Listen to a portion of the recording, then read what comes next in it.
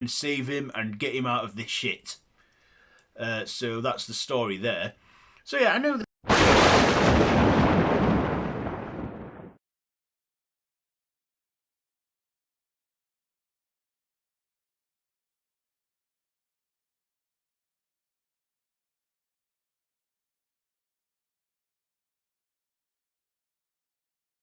Why, hello there YouTube and welcome back to End of the World Week. I am Random Ross and today I review The Day After Tomorrow. So, this is a science fiction disaster film that is written and directed by Ronald Emmerich, starring Dennis Quaid, Jake Gyllenhaal, Salah Ward, Emmy Rossum and Ian Holm. So this is as I've already said, the genre, it's basically a film about when the weather is shit. Basically. So it's based on the 1999 book, it says here, called Coming Global Superstorm by Art Bell and Whitney Stryber. So what happens in this film is basically every single extreme weather disaster that could happen does happen. Los Angeles get loads of tornadoes, Europe get bad winter, New York gets flooded out by a massive wave and then freezes into ice. And basically what's happening is the climate is changing and a new ice age is forming, and with the government being snobby arseholes, they don't want to hear the science that the scientists have to say, which is one of them is led by not Jack, that's his son, his dad, yeah, Dennis Quaid. He explains that humans have to move far as south as possible past the equator, and if there is because there is this nasty ice storm coming, and it will kill people, and yeah, basically people, to survive this new ice age, because mankind survived the last one, is to get far as south. And of course, Jake Gyllenhaal's character is stranded in New York after it flooded out and then freezed up, where his dad, played by Dennis Quaid, tells him he's going to come for him. He's going to come for him and save him and get him out of this shit. So that's the story there. So yeah, I know this isn't horror, but I did say at the start of this week, all the films that I'm reviewing are to do with the end of the world, or at least disastrous apocalyptic events where the film is taking place around like end of the world scenarios. So what do I like about this film? Well, I like this film because it's basically like a warning, like a what if film. Like, if we continue to pollute the earth and abuse the ozone layer, we are heading towards, we're already causing the first species anyway to cause a mass extinction event.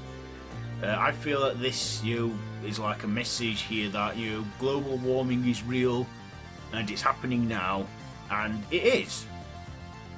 Temperatures have rised, and sea levels have risen, the polar ice caps are very slowly melting, but I do think that we are starting to learn from that mistake, and we are starting to, sort of look after the planet.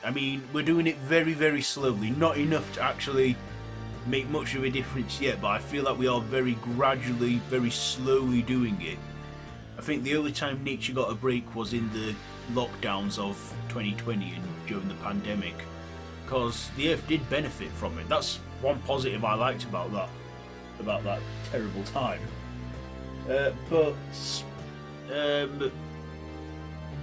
Yeah, this film shows us that it could get a lot worse. But yeah, I think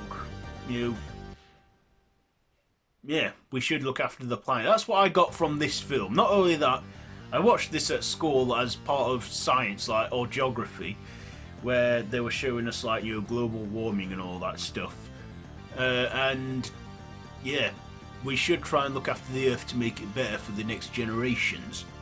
But yeah, I'm getting off track now. But this film, I like. I don't know. I like this. I like disaster films. I like seeing how suspenseful they can get, and how terrible they could be, and me watching this movie thinking, oh, I'm glad I'm not in that situation.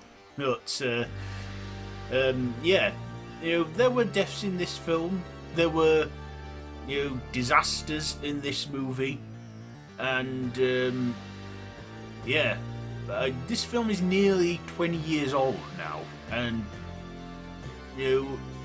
I remember when this film came out, when there was hype about it. I mean, this film is available on Disney Plus because its distributor was 20th Century Fox, was it? Yeah, it was 20th Century Fox. So if you want to watch it and you've got Disney Plus, at least I know in the UK it's available on that if you want to check it out. But I thought there were some good performances here and there, like from getting their names mixed up in that now. Dennis Quaid and Jake Gyllenhaal. In fact, this was the movie that introduced me to Jake Gyllenhaal, because I never really paid much attention to other movies he did before this one. And now I know him as Mysterio or Donnie Darko. Then there's his big sister Maggie Gyllenhaal from Secretary in The Dark Knight. Anyways, yeah, they had some good visual effects in this, which I feel still hold up, and is quite a good film. It's about it's about just 2 hours long. Well, 123 minutes, so a little over that time. But the time goes by pretty quickly. But I do like at the end where there is a spark of hope, that there is a way that where man find a way to survive. Even though Europe and the top part of the earth is frozen, it's still safe around the equator. But I'm thinking the way the film ends, it's going to be a tough time for him. So anyway, ratings. What am I going to rate this film? I think I will give this 3.5 sacrifices out of 5. 3.5 sacrifices out of 5 for The Day After Tomorrow. So yeah, that's it for today's episode, today's review. So I will be back tomorrow and the day after tomorrow, continuing End of the World Week. So be sure to like, share, comment, subscribe, hit the notification bell if you wish. All my social media links are linked down below. You can watch all of End of the World Week so far on the channel. So yeah, I'll see you tomorrow, and until next time, well, till tomorrow, don't have nightmares.